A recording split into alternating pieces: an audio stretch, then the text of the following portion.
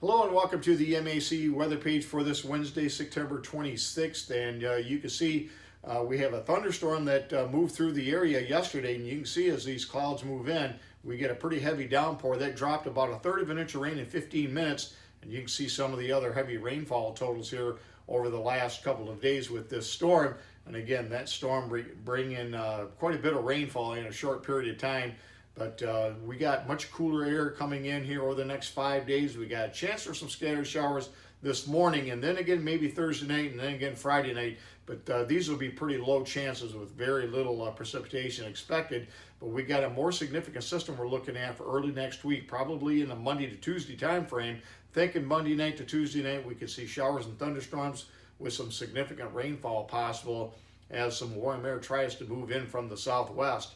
Our normals for the day, our normal high is 67, the normal low is 44, and you can see last year on this day, 93.6 was our high temperature, and that was a 6th straight day of 90-degree weather and 6th straight day of record-breaking heat, and so a pretty warm period last year.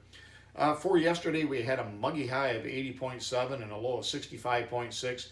Picked up 36 hundredths of an inch of rainfall. We're at 2.23 so far for the month. And we continue to run well above normal for September in this very warm month.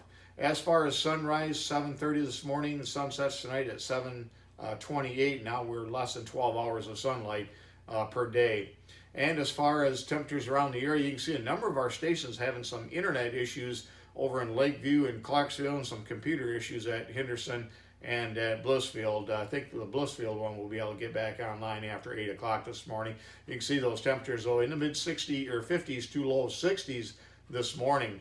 As far as the satellite view, you can see the area showers and thunderstorms that moved through the area yesterday. You can see that pretty significant storm over southwest Ontario that dropped quite a bit of rainfall over in that area. You can see the thunderstorm here that dropped pretty good amount of rain in a short period of time in the Middleton and Breckenridge area. Now that system is just slowly trying to push it through the area, but until that system pushes through, it's still pretty muggy out there and actually pretty comfortable. Temperatures in the 60s this morning, but once that system pushes through here later this morning, the winds will shift to the northwest, and we'll see much cooler conditions with winds 15 to 25 miles per hour today right into tomorrow. So it's going to be breezy and much cooler.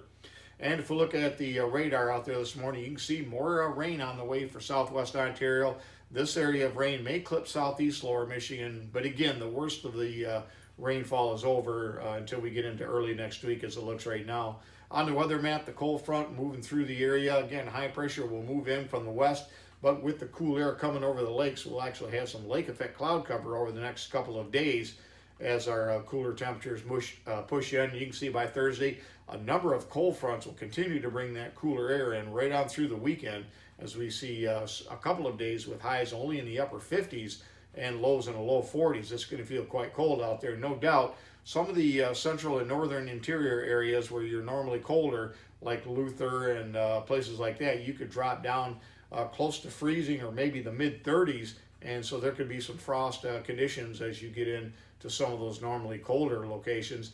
And if we peek ahead to day 5, with that front to our south, and we continue to see the cooler air coming in, we're eventually going to see this high pressure system move off to the east, and that's going to allow this system to push towards the Great Lakes. It's going to have a hard time, but what that's going to create is a good overrunning situation with rain as we get into Monday, and those rain and thunderstorms will move in as that warm air pushes up into and possibly north of the area. So again, we'll watch that as our next significant system again for early next week. As far as precipitation over the next 3 days, the next 72 hours, you can see not a whole lot of precipitation. Much of that has already fallen or will fall this morning. And then if we look though at the next 7 days, you can see another pretty good slug of rainfall will move into much of the area as again we get into early next week. Monday and Tuesday looks like prime time for the rain. As far as forecast goes today, you can see mainly in the 60s here right on through the rest of the week, and then into the 50s over the weekend, maybe even an upper 30 for lows as we get into Sunday morning. But temperatures for Sunday night will start out in the mid 40s as they drop down, and then they'll begin to rise as that warm air, rain, and thunderstorms will move back into the area. Thanks for stopping by, and have yourself a great day, and 73s to all.